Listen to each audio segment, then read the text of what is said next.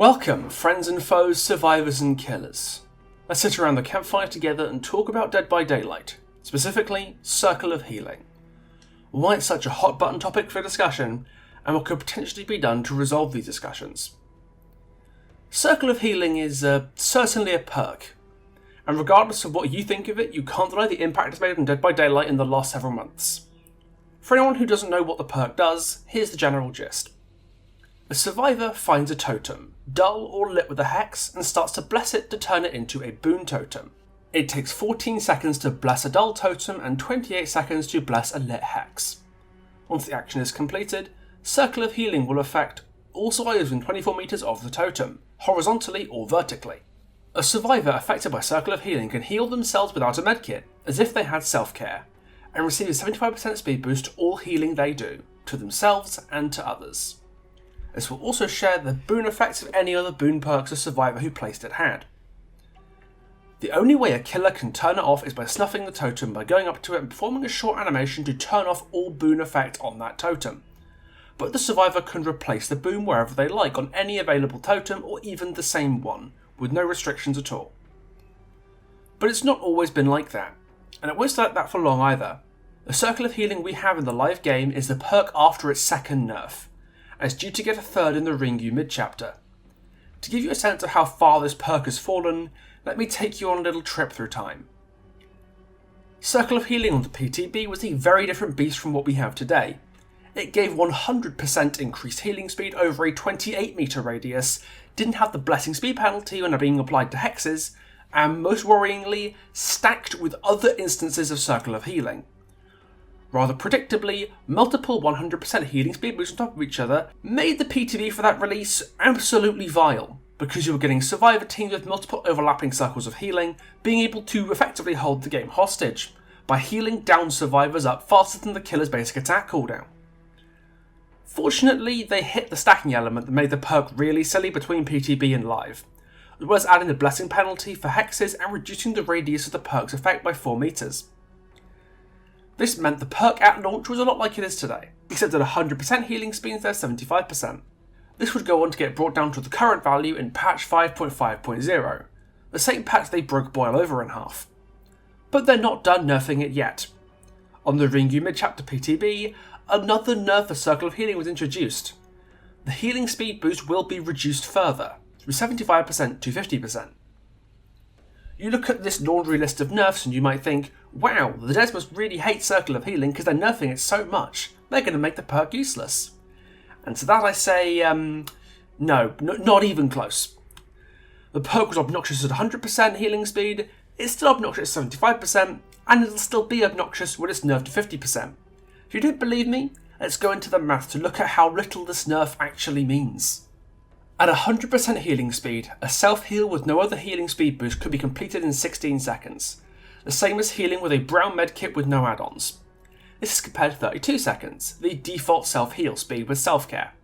At the live 75% speed, that same heal takes 18.29 seconds, so cutting the heal speed by a quarter shaved less than 2.5 seconds off the healing speed. On PTB, that self-heal speed comes to 21.3 seconds, which is only 3 seconds longer than the live heal speed and less than 6 seconds shorter than when it was when the perk launched. And that's on self-heals without a medkit.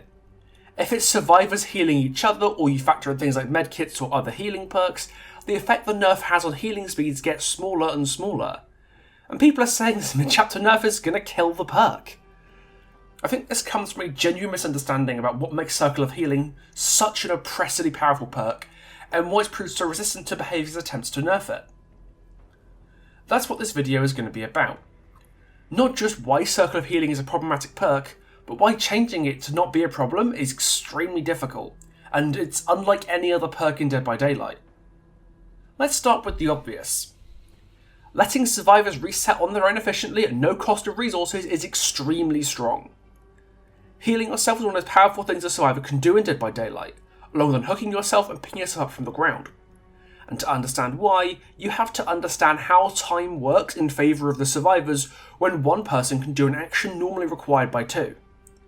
Because there's 4 survivors in the game and only 1 killer, Each second a killer spends doing something translates to 4 seconds of survivor actions. For example, a killer breaking a pallet takes 2.6 seconds, but if all 4 survivors are doing generators during that time, the team has collectively spent 4 times that time, 10.4 seconds doing gens, 2.6 seconds per survivor. If 2 people have to do an action, those maths become a bit easier for the killer. If one survivor has to sit still and heal another one, that puts 2 people out of action for the duration of the heal.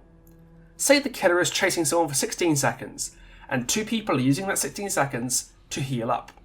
One person healing, the other being healed. For those 16 seconds, only one person's on a generator. And if the killer downs or splits off from the person they're chasing to disrupt them, suddenly that's everybody off gens, even briefly. But if one person instead spends 18 seconds healing themselves a circle of healing, that leaves 2 people to do gens instead of 1, meaning that one use of circle of healing has bought the team 14 seconds of free generator time, which is the same as the time spent blessing totem in the first place. And that's ignoring killer perks that rely on survivors being off generators to work, like Hex Ruin or Dead Man's Switch, that don't get value if survivors get to stick to gen instead of healing people. This is the worst case scenario for a circle of healing. Assuming no other healing boosts make time more efficient, assuming the killer never invests time into snuffing it out, which would buy the survivors more gen time, and assuming no survivor uses it for the rest of the game, that perk has still been net neutral or even positive in terms of time spent on generators. And how often does Circle of Healing only get used a single time? Mathematically speaking, Circle of Healing's worst case scenario is still neutral or even a bit good, and its best case scenario is winning the game by itself. If you sort of think the perk is a problem after hearing these numbers, then I'm not sure I can help you. You might think a reasonable counter to this sort of thing would be anti-healing, like Sloppy Butcher or Chorophobia, but you'd be wrong, and there's a couple of reasons as to why. Mostly it's about how healing maths work in Dead by Daylight with regards to healing speed reduction, because it might sound weird when I say that anti-healing perks work best when they're not being countered by healing perks. Let me explain. Mangle, for example, is a healing debuff that reduces all healing speed on the person affected by 25%. But 25% is applied after healing buffs taken into account. So a heal with self-care and no other healing perks or medkits that would take 32 seconds becomes a 40-second heal, adding 8 seconds to that healing time. But you throw on a brown medkit and get a 16-second heal, it becomes a 20-second heal, only adding 4 seconds. The stronger the survivor's healing boosts are, the less effective mangled or other healing reduction becomes against it. And because all healing boosts stack with each other, but most anti-healing boosts don't, Sloppy and other perks become increasingly ineffective against stacked healing. This becomes obvious with even just a couple of boosts. You can see here that a green medkit and Circle of Healing lets you pull off a heal through Sloppy in just 10 seconds. And don't go in the comments and tell me, oh, if they're bringing a ton of healing stuff, of course they're going to heal quickly. Because we can't forget something else about Circle of Healing. It benefits more than just the person who brought it. You could have somebody with this build pulling off multiple sub 10-second heals with no healing perks because someone on their team brought a Circle of Healing. It's insane. Dead by Daylight clearly wasn't balanced around these sorts of healing boosts being effectively omnipresent in matches, and it really shows when you look at the effect Circle has on certain killers. There are a lot of killers out there who have a pretty hard and fast limit on how quickly a survivor can be downed from healthy without perks to help them do it. Assuming the survivor isn't a total moron and uses the speed boost they get after their first hit to get somewhere smart. Most M1 killers like Sadako, Wraith and Doctor, and zoners who still had to play pallets properly like Demogorgon fall into this category, which is why you'll often see those killers with chase perks that take the best for last or Starstroke to help give them a hand. Not to mention killers like Twins, who need to keep survivors injured for their power to do anything at all. No matter how well you play, once you hit the survivor and they zoom away, they're extending the duration of the chase for free, and that free chase duration can be extended further with exhaustion perks like Dead Hard or Overcome, or powerful structures like House of Pain where the killer can't reasonably get to hit, so the killer can't stop you from extending the chase with nothing they can do about it. Circle of Healing becomes a real issue for those killers when survivors can heal efficiently enough that they can recover a health state faster than the killer can get one, while maintaining decent gen pressure at no cost of resources like medkits. And the weaker a killer's chase power is, the longer that time where you just can't hit them is going to be. So chances of you being in a situation where chasing people just isn't worth the time investment only gets higher. It's at that time that killers without strong chases to commit to quick downs are meant to split pressure, break chase with the survivor you've hit to go and keep people off gens, interrupt other heals and start to snowball. But guess what? If a survivor you've just broken chase with heals up very fast because of Circle of Healing, you've wasted all your own time, because you're still not gaining pressure. You can't maintain pressure on gens if the survivors can heal up and get back on gens almost immediately after you stop chasing them.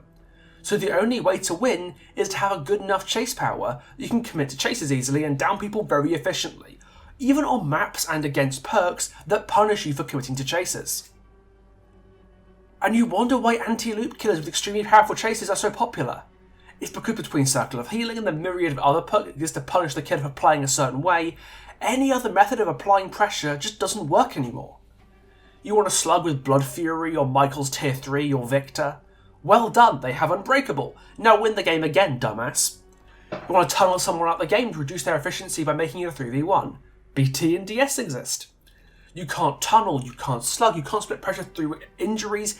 If you're playing a killer with an underwhelming chase on a bad map or against perks like that hard that extend chases, you also don't have time to commit to chases either, so you just lose because every single reasonable option you have is invalidated by survivor perks or map design regardless of how skilled you are.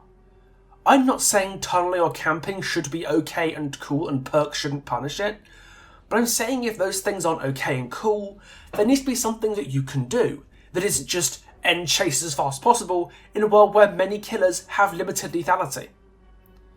You can't even play for 3 gens anymore, because Circle helps with that too. If you have a 3 gen and so I play Circle of Healing outside of it, there's no way most killers will be able to win in that situation. Because as soon as you hit a survivor, they'll just run across the map with a speed boost toward the Circle of Healing.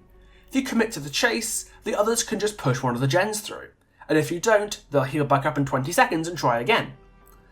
And because they can efficiently heal themselves at no loss of resources, they can just keep doing this forever until it works. So yeah, you just sort of lose because survivors give you a tight gen spread to defend. Cool, right? And it's worth reiterating, all it takes is a single person to bring a single perk, and suddenly the killer cannot effectively split pressure to any of their teammates because they can all use it alongside whichever perks and items that they themselves brought. This is an issue that's unique to boon perks. There's a lot of irritating and obnoxious survivor perks out there, but most of them only give the benefits to the survivor that equipped the perk. Dead Hard is fucking vile, but at least it's only on the survivor that actually brought it. Just like how a lot of killers aren't balanced around survivors healing faster than their injury times, a lot of perks and items in the game aren't balanced around other people's perks giving them self-care and substantial healing boosts. An anti-hemorrhagic syringe picking someone up from the dying state in 4 seconds because one person brought Circle of Healing and the person with the syringe but we're gonna live forever is really, really dumb. And that was how the perk launched. Sloppy Butcher isn't balanced around only adding 4 seconds to a survivor healing themselves without bringing a medkit or any healing perks into the trial because their teammate brought a boon. Nothing in the game is properly balanced around the healing steroid Circle of Healing is introduced. I don't think that's likely to change anytime soon. Don't get me wrong, there are absolutely some great perks that share resources between the team, but most of those resources are information like Kindred or Empathic Connection that gives survivors the knowledge to make smart plays, rather than just making the plays for them by giving them free time efficiency. I've just talked for 14 minutes about Circle of Healing and the myriad ways it warps games around it, and you're probably thinking one of 2 things. 1, I'm a toxic entitled killer main who hates survivors and survivor perks and wants nowhere to be base kit. If that's who you think I am, then fair play to you. 2, if Circle of Healing is such a problem, why do so many people ardently defend it and bemoan any nerfs it gets? I have a few reasons as to why. The first being that being injured feels bad, and a perk that gets you to not be injured anymore, without relying on any of your teammates to help you, will always feel good to use. Hell, I use healing perks all the time when I play Survivor. We'll make it and Second Wind together especially as a combo I really enjoy. Heal them up quickly to get your Second Wind up, and then when you get hooked, you can just heal back up again. And it helps Circle of Healing's case that it's exactly the kind of perk that will really benefit solo queue survivors because it lets you heal yourself efficiently without a teammate whenever you like. You don't have to bring it yourself to get the benefit from it, and it even makes a giant beacon on the map to let you and the other survivors know where to go to heal up. It's undoubtedly a perk that feels good to use, so of course I was going to get protective over it. The other element comes more from me speaking as an invested player, with lots of time in the game, most of which is on killer. People, especially people who play Survivor, do not often understand the value that efficient self-heals give you and how utterly obnoxious it becomes for killers to deal with. That's why old self-care got nerfed. It becomes much harder to understand the value of a health state when you're playing the side that only has 2, instead of the side that has to chew through 8 3 times each. That's why people defended Circle of Healing on launch and still defend it now, and why a lot of players do not grasp the problems with Circle or how they should be fixed. And that's what I'm about to get into, because there's one thing everyone always says when you bring up the problematic omnipresence of Circle of Healing. Boons are the problem, not Circle of Healing. Just make boons go away when you snuff them. You shouldn't be able to keep replacing them. Then it'll all be fine. And you know what? The people saying that would have a point if any boon perk other than Circle of Healing was causing many problems. And the only one to come even remotely close is Exponential, with certain builds or against certain killers that just turns the game into a never-ending slog because you can't hook or slug anyone. But there's a key design difference between Circle of Healing and every other boon perk that makes the just snuff it forehead solution totally invalid against Circle of Healing. Dark Theory, Shadow Step and Exponential all get most of their value from being blessed in areas the killer tends to go near, and in doing so gives the killer the opportunity to snuff them out. But Circle of Healing is most effectively used in places where that's impossible. Let's look at it like this. Say you only have Exponential equipped. Where do you put it? You can put it near the generators where the other survivors and the killer are going to be, or you can put it far away from the gens where nobody is going to be. Which of these two areas is the killer more likely to slug people in? It's the area near the gens, obviously. So putting Exponential near the gens is the best place to get value out of it. This also means the killer is likely to be close enough to it. If they really want to spend time to snuff it out, they can do so without literally throwing the game in the process. Let's look at a situation again with Circle of Healing as your one boon. Do you put it near the gens and the other players, or far away from them? If you put it near the killer, then you could get interrupted while you're healing. So why not put it far away and make a safe zone for resets? And it'll be so far away from the generators that most killers without the same ability won't be able to put it out without investing so much time into it that they're basically throwing the game. The whole 1 killer second is worth 4 survivor seconds thing compounds the problem, where the longer a killer has to go out their way to snuff a boon they can't win through, the more they're wasting time and allowing the survivors to get free time on gens. A boon takes 14 seconds to bless, meaning that if the killer has to travel even just 3 seconds out of their way and 3 seconds back to snuff out a boon, they spent 7 seconds doing it, which most plays out for 28 survivor seconds, 7 per survivor. Meaning the survivor team has earned double the time they spent placing the boon when the killer snuffed it out. And that's disregarding any time efficiency gained from actually using the perk on a 3-second detour. Making snuffing boons more impactful is probably a healthy change for the game as a whole, because infinite free blessings is kinda silly on any boon. But it won't solve the Circle of Healing problem. In fact, it'll nerf every other boon a lot more than Circle of Healing, because the whole point of the perk is to place it where snuffing it in the first place is basically impossible. And no other boon is like this, it's just Circle of Healing. It becomes even worse when you realise perk stacking exists. You probably don't want 4 circles of healing, but I believe the correct number for a team to have is 2. Against one, the killer can find the person who brought it and keep them busy enough that they don't have time to bless. But if more than one person has it, you physically can't stop them blessing a totem basically all the time if they want to, and between 2 of them, covering most of the map. Boons as a mechanic might be somewhat of a problem, but Circle of Healing right now is the problem, the definite article, and it needs to be looked at as its own issue, because it causes problems no other perk has ever done and should be addressed as such. So what do I suggest? Well, it's kinda hard, because if there's one thing I hope you've taken from this video so far, is that Circle of Healing's problematic elements are very complex, and the solution would have to be something drastic. The first thing you'd think would be to make the perk more interactable. Do what the other boons do, incentivize survivors to set up circles of healing near the killer, so they can stuff it out if they don't want to deal with it. But how do you design a healing perk that incentivizes you to heal near the killer? It's such an arse-backwards design that I don't think it could work. The alternative then is to reduce the perk's effectiveness in the situations where it can't be interacted with. Which, given how powerful the perk is and how it affects everyone, is a pretty tall order. The bottom line is, Circle of Healing cannot be a fast, self-healing perk that benefits the whole team while remaining even remotely fair. So I suggest focusing the perk into being either a dedicated self-heal perk for the whole team, or a fast healing perk for the whole team, but not both. If you want the perk to be useful in solo queue as a means to heal yourself while still giving a benefit to the whole team, it might be good to make the boons benefit literally just self-care. Because I can't think of a way to make that idea fair without making the heal a time-neutral action on its own. You want a fast self-heal? Bring the perks and items for it. It could even have the medkit efficiency from self-care. Survivors only have 4 perk slots for a reason. This game isn't balanced around your teammates giving you free, efficient self-healing with no way to turn it off or run out. Alternatively, Circle of Healing could be retooled into a purely altruistic healing perk, with the healing boost applying only to healing other survivors and removing the self-care element altogether. Then Circle of Healing becomes a perk more like We'll Make It, where it provides a team reset point for coordinated heals. Although it would be worse in solo queue, it would probably be more powerful than the self-care that way, so it might be better for making Circle of Healing see play even in a nerfed world. The third option is making it only apply to the person who brought it, but at risk of confusing with other boons and stuff, and frankly that's too much hassle if you ask me. But maybe there's another solution I haven't thought of. In any case, I'd love to hear what you think in the comments. It's clear Circle of Healing is a problematic perk, so what would you do to fix it? And if you think Circle of Healing isn't a problem at all, then please do elaborate. Is something wrong with my numbers? Am I misconstruing something? Again, I'd love to hear, so please do leave your thoughts in the comments. In any case, I hope you enjoyed this video as much as I enjoyed making it. If you did, then please do consider leaving a like or subscribing if you're new.